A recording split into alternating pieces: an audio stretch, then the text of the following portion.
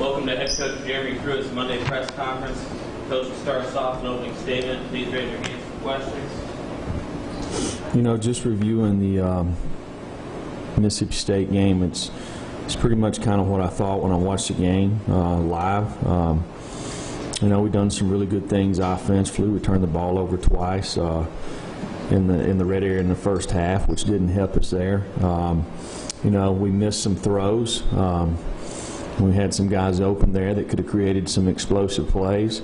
But one of the big positives out of the game was the way our offense took over in the last 8 minutes of the game, had a 91-yard drive. It was very positive. You know, we challenged them to do that. They did that. Defensively, probably wasn't as clean as I was expecting on Saturday. We've got to be cleaner when it comes to execution. You know, but I thought our guys played hard. Effort, toughness was not an issue. Guys played hard. They found a way. You know, getting 3 turnovers was really, really good. Probably had an opportunity to get a couple of more. You know, but the defense done a nice job kind of controlling the line of scrimmage, really on both sides of the ball. When you look at special teams there, felt like we had an opportunity to block a kick there, and we didn't get it done. You know, we had a penalty on kickoff return, so it was our worst drive start of the year when it comes to kickoff return. We set the tempo with the opening kickoff. Samaglia continues to kick the ball extremely well, but overall, you know, there was a lot of positives in the fact that we said, you know, we want to be problem solvers, we want to find a way, and there was some adversity in the game, and whether it was injury or penalties or whatever, and our guys found a way to have success. And beat a good football team. So I'm excited about that. It's positive for our guys, positive for our program. And then you look at who we play this week, and you know, in Alabama, I think you know, probably one of the best teams in the entire country. Obviously, starts with their quarterback and wide receivers. There'd be very few NFL teams that probably could rival that part of their football team. They're skilled players. They got really good offensive tackles. You know, defensively, they've had a few injuries, but there's lots of guys with lots of experience that are playmakers. You can look at their signing classes over the years. They just kind of plug and play somebody else. Coach Saban continues to do a fantastic job. He loses coaches, and they continue to have success. You know, Steve Sarkisian on the offensive side, I worked with him there for a year in Tuscaloosa, and guy's got a phenomenal mind when it comes to calling the game and imagination offensively, and they're doing a really, really nice job there, keeping people off balance. I said this last year, and I'll say it again this year. They have to really work hard not to score 100 points a game. They have to work hard, you know. And Coach Saban's been kind. He was kind to us last year. He's kind to a lot of teams last year. You know, almost to the point, you know, does it hurt their football team down the road because they don't get an opportunity to play 4 quarters? You know, because there'll be a point in time they're going to have to play 4 quarters. You know, so it's probably why this year I've seen them in there a little longer. You know, and but really good football team, good on special teams, good all the way around. So be a tremendous challenge for us. I'll take any questions. David and Steve. Jeremy, how would you compare that last drive from you guys from an offensive line perspective to, I guess, the rest of the season or your time here? How did that last drive stack up from what you saw? You know, we had an opportunity to have some success running the football Saturday. You know, it might be one guy here or there. We've got to be more consistent up front, but I felt like in that drive we were cleaner probably than any other drive, you know, for the year. You know, our running backs hit the correct holes in that drive there. And we blocked well on the perimeter, so it was a really good drive. You know, we probably had 3 or 4 opportunities to throw the play to Tyler out there that we didn't. We probably ought to take advantage of. to make it easier on us. But it was a really good drive. Steve and Vince. I believe you were an assistant at Alabama back in 2011 when they had that 9-6 game with LSU, and now those programs are the two highest scoring teams in the nation. I'm just wondering, can you imagine a scenario nowadays where an SEC game with that much at stake might not have a single touchdown scored, and why do you think the league's kind of evolved the way it has to the point where now the two highest scoring teams are both from that league? Well, it starts with playmakers. You know, you can look over for a bunch of years there at LSU. They've always had great skill players. You know, they just had a certain way they chose to play. Same way in Tuscaloosa, there was a certain mindset of how they wanted to play the game and win the football game, and they had success. You can probably look. I don't know when it kind of changed there in Tuscaloosa. I don't know. Are they having any more success when it comes to winning national championships now as opposed to then? I don't know. But they definitely have a lot of playmakers. It's given them an opportunity to recruit some of the best skilled players in the country based off how they play. But most of those guys, I was there when those guys signed there. Most of those guys signed, you know, because of the quarterback that was coming in, right? So good players want to play with good players. You know, but it is, you never would have thought that about LSU, right? I'm with you there. So we don't play them this year, so I hadn't had an opportunity to watch them a whole lot. I did watch them Saturday night. And, you know, they've got the same skill players. They just really got a quarterback, and they're willing to throw the ball down the field. It was, to me, just watching. They're putting the game away in empty formation. So that was shocking to me, I will say. Vince, and then Blake and Aaron. Coach, when Brian Maurer was flipped over and fell on his head, he played a couple plays after that. Can you kind of talk about, you know, the evaluation and him being looked at after that? I mean, he's got a concussion. So he hit his head on the ground, he's got a concussion, and we took him out of the game. Didn't know it till he come out of the game. Blake and Aaron. To follow up on that, Jeremy, should he have been evaluated right after the play occurred? I don't know how you could, you know. I mean, he hit his head on the ground, he jumps up and runs back in the huddle, gets a call, calls the next deal. You know, every play, there's a lot of people running into each other, all right, and they're hitting their heads. So, I mean, I guess we could stop the game and evaluate everybody out there, you know, but I don't think we have time for that.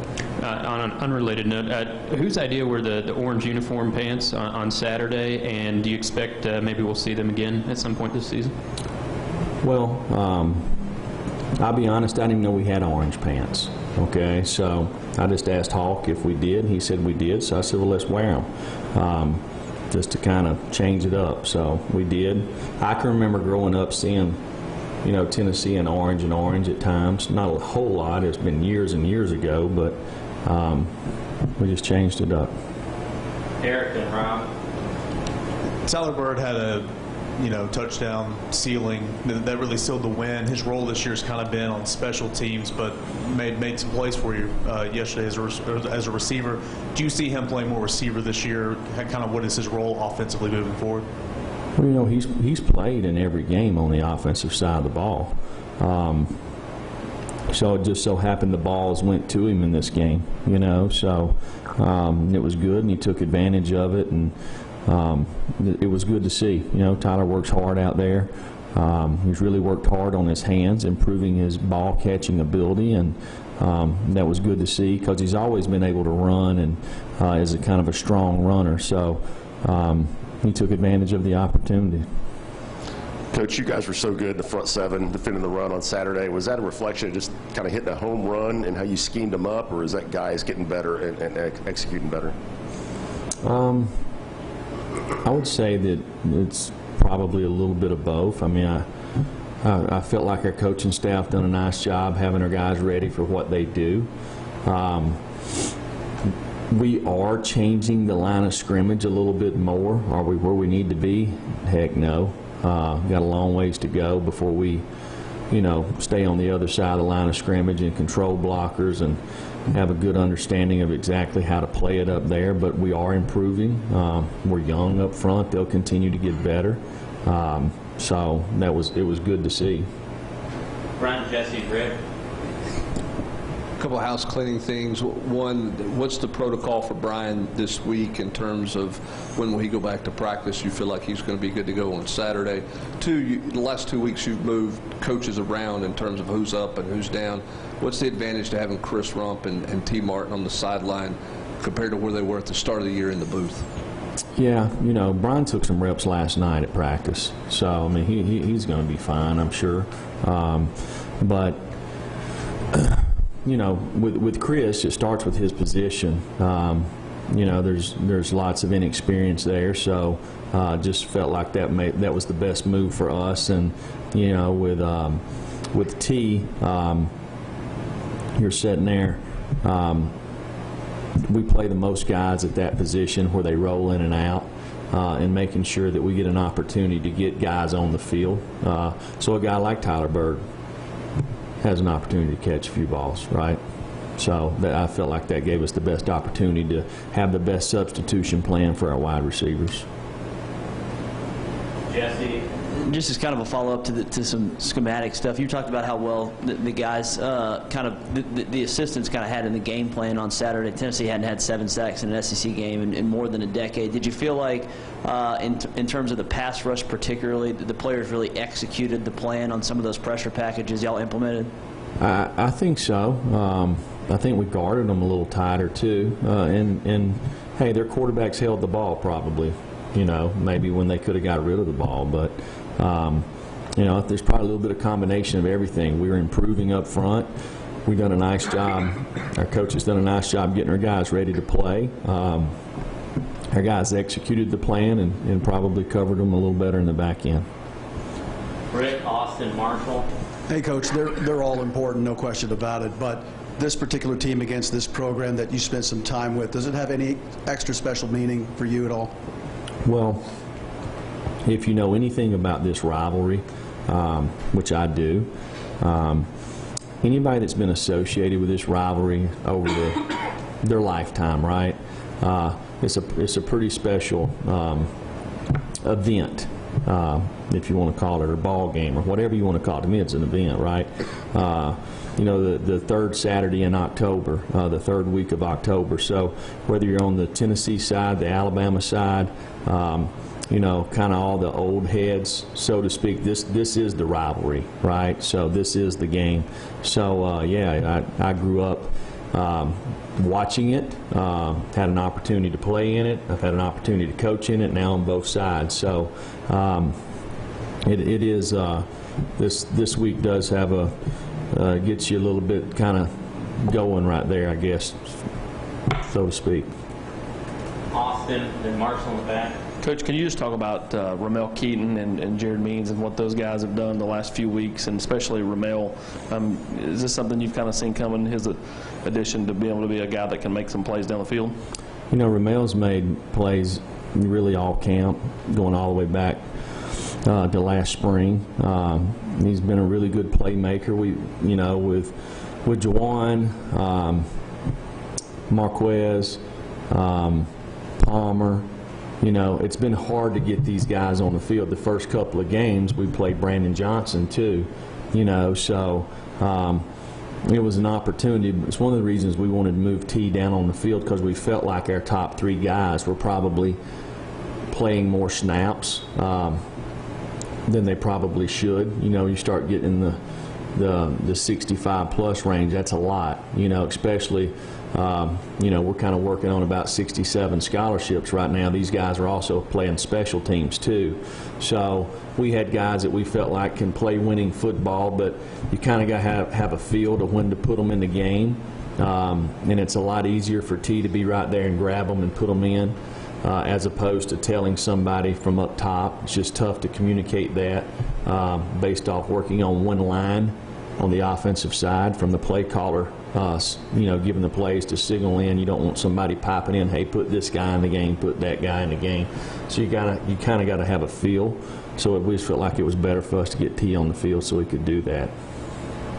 Marshall, then Patrick and Gene. Jeremy, you talked about this Alabama offense having the ability to score 100 points per game if they wanted to. How do you handle that defensively? How do you handle that mindset going in when you're coaching these guys this week, handling an offense with that firepower? Well, starts with having a plan. Got to have a good plan. Got to know who their playmakers are, which I think everybody does, right? They stretch you all over the field. You got to be able to take something away. You got to be able to play in space. You got to tackle in space. I mean, do they throw the ball down the field? Sure they do. When you look at them throwing the football, they throw the RPO game a lot. So there's not a lot of protection when it comes to the offensive line. They're blocking a run play. They will also protect with, 6 to 7 guys lots of times. Maybe even 8 guys run 2-man routes when they're in heavier packages and push the ball down the field. But they throw every type of pass you can imagine out there. They've got good players that they're throwing it to. They do a nice job in protection. And when they want to run the football, they've had no issues running it. So it's hard to find a weakness on the offense. Patrick and Gene. Jeremy, a couple things on Trayvon Flowers. Is there any chance he comes back this season, or is he out for the year? And also, Jerome Carvin hadn't played a whole lot the first month of the season, played quite a bit Saturday. How do you think he did, and kind of what led to him getting on the field? Yeah, Trayvon had a lower leg injury, and so we'll find out a little more this afternoon about him. But Jerome Carvin's a guy that he played a lot of snaps last year and probably wasn't ready. He's a true freshman, and he was a guy that we actually considered possibly redshirting this year. Depending on how things went, but.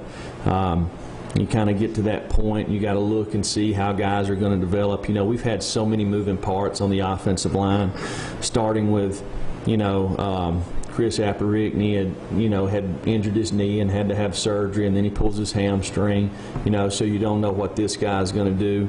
Darnell Wright gets here and was not here during the spring, so talking about really 2 freshmen there, and Jackson Lampley's another guy. You really don't know what you're going to get out of them until you start in fall camp. Had some injuries, had some guys there that we had to move around. And then you got Trey, what's going on there. So just trying to kind of figure all that out. In the last week, you look at Jerome and say, okay, should we redshirt this guy? And redshirting is not a bad thing for offensive linemen. There's lots of them out there that have done that. It's kind of a developmental position, but you got to be smart with it. But we decided not to, and so he got an opportunity to play Saturday and played okay. Gene, and wrapping up with Wes. Jeremy, seems like Nigel Warrior's kind of stepped his game up in the past couple of weeks. Just what have you seen from him? I see a guy that has really developed over the last 22 months. The habits of what he does on the field, off the field, in the locker room, being a leader, in the classroom. Nigel has really matured. He's a good leader on our football team. He's worked extremely hard to improve his game. And I see some confidence there, that probably wasn't there when we first got here. So I think he's playing his best football right now. Final question, Wes. Jimmy, I'm sure you have no intention of giving us your game plan for this week, but with Henry out for a bit there, how many options are there at that spot, and how creative do y'all have to get? Is there anything kind of left in the cupboard to throw out there? I was thinking about, there's a high school team over in Arkansas. They always onside kick. Okay, they never punt. Because I don't know. I've never seen them play. I always hear people talk about it, you know. In fact, they played I think they played one of the high school teams here in our state this year. Somebody was talking about it. So, you know, we've really kind of considered that as our game plan. Just don't give them the ball, you know, if we can do that. So, you know, I don't know. As far as the other part, you know, we'll play Batuli and we'll play Q, we'll play JJ, So Long, Aaron Beasley, who gives us the best opportunity to have success. Thank you, Coach.